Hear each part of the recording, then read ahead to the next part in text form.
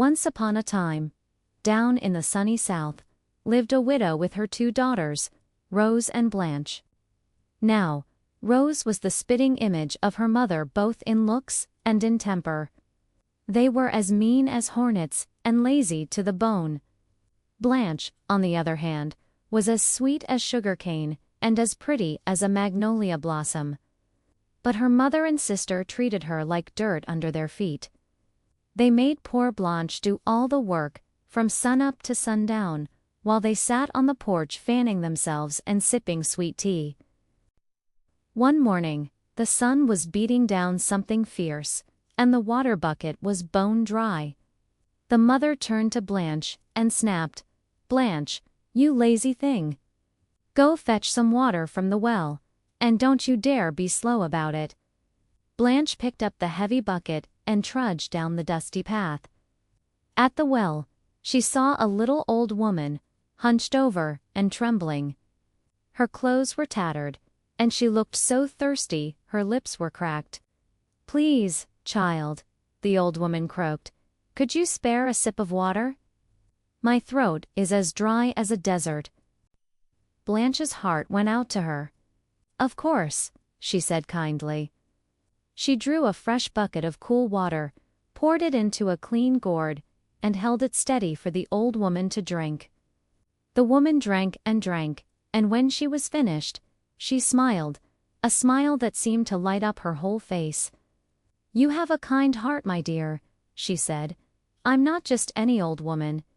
I'm a witch, but a good one, and I live just over yonder, through those woods. If you ever need help, come find my cabin. Just follow the path where the blackberry bushes grow thickest." And with a wink, she vanished. Blanche ran home, her heart pounding. When she told her mother and sister what had happened, they just laughed. "A witch," Rose sneered. "You've been out in the sun too long, you silly goose." The next day, the mother got a wicked idea. She wanted to go to town for the big dance, but she didn't want Blanche to have any fun. So, she baked a huge batch of cookies and scattered them all over the dusty yard. "Blanche," she commanded, "pick up every single crumb before we get back. And if I find one speck of dirt on them, you'll be sorry." Blanche's eyes filled with tears. How could she possibly pick up all those crumbs without getting them dirty? Just then, a huge flock of birds swooped down from the sky. There were blue jays, cardinals, and tiny wrens. They chirped and sang as they neatly picked up every single crumb and placed them back in the basket, clean as a whistle. Blanche knew the old woman had sent them. Her heart filled with gratitude, and she decided right then and there to go find her. She followed the path through the thick blackberry bushes, just as the old woman had said. The thorns seemed to part way for her, letting her pass without a single scratch. Soon, she came to a small, peculiar cabin. It was perched on chicken legs and had a picket fence made of cow bones. The old woman was sitting on the porch, combing her hair with a golden comb. "I've been expecting you, Blanche," she said with a warm smile. "Come on in, child. Don't be afraid." Inside, the cabin was cozy and filled with strange and wonderful things. The old woman asked Blanche to help her with some chores. First, she asked her to start a fire. Blanche gathered kindling and logs, and soon had a cheerful blaze roaring in the fireplace. "Good," said the old woman. "Now, I'm hungry. Take this grain and this bone, and make us some soup." Blanche was puzzled, but she did as she was told. She put the grain and the bone in a pot of water, and to her amazement, it turned into the most delicious, savory soup she had ever smelled. After they ate, the old woman yawned. "I'm tired, child. Help me to bed." The bed was only as wide as a single plank, but when Blanche gently helped the old woman lie down, it magically widened into a soft, comfortable feather bed.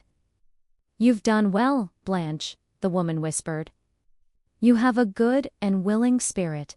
In the morning, you'll have your reward. Go out to the chicken coop. The chickens lay two kinds of eggs. The plain ones say, "Take me," and the fancy, jewel-covered ones say, "Don't take me."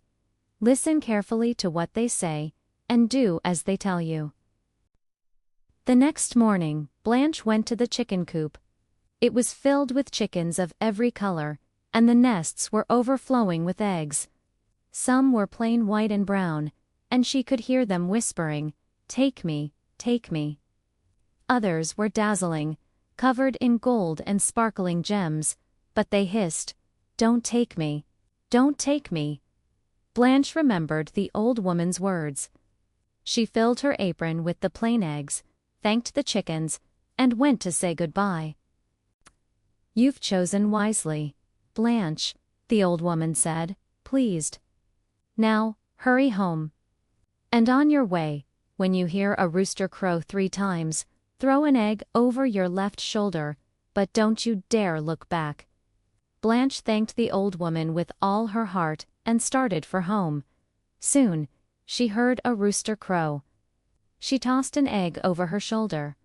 Suddenly, a beautiful silk dress appeared on her, replacing her old rags.